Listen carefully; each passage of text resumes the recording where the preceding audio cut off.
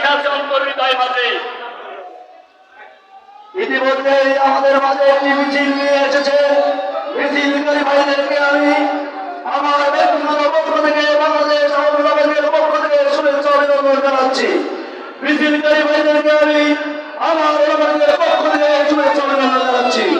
যাদের গাজীপুরের নেতৃত্বে, গাজীপুরের আহ্বায়ক এবং সদস্যদের নেতৃত্বে একটি বিশাল মিছিল এসেছে, মিছিলকারী ভাইদেরকে আমি শুভেচ্ছা অভিনন্দন জানাচ্ছি। মিছিলকারী ভাইদেরকে আমি শুভেচ্ছা অভিনন্দন জানাচ্ছি। আপনারা সকলে এই সুশৃঙ্খলভাবে সুন্দরভাবে আপনারা চেয়ারে বসে পড়েন প্লিজ। এখন বক্তব্য নিয়ে আসছেন হাফেজ মাওলানা রবিউল ইসলাম, গোপালগঞ্জ জেলা আহ্বায়ক। 1 মিনিট বক্তব্য দেওয়ার জন্য বিশেষভাবে অনুরোধ জানাচ্ছি। 1 মিনিট।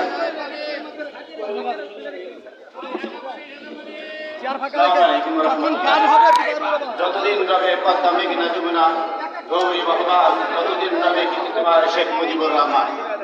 সংগ্রামী সাথী ও বন্ধুগণ, আজকের এই ওলামা লীগের প্রথম প্রতিষ্ঠা বার্ষিকী উপলক্ষে আজকের সভার সম্মানিত সভাপতি জনাব ডক্টর কে এম আব্দুল মোমিন সিরাজি এবং আজকের সভার সম্মানিত প্রধান অতিথি জনাব ওবায়দুল কাদের এমপি, সাধারণ সম্পাদক বাংলাদেশ আওয়ামী লীগ।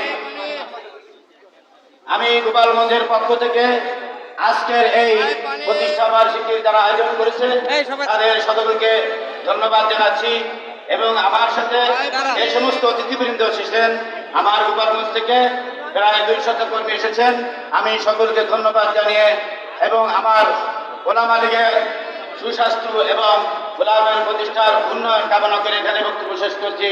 জয় বাংলা, জয় বঙ্গবন্ধু।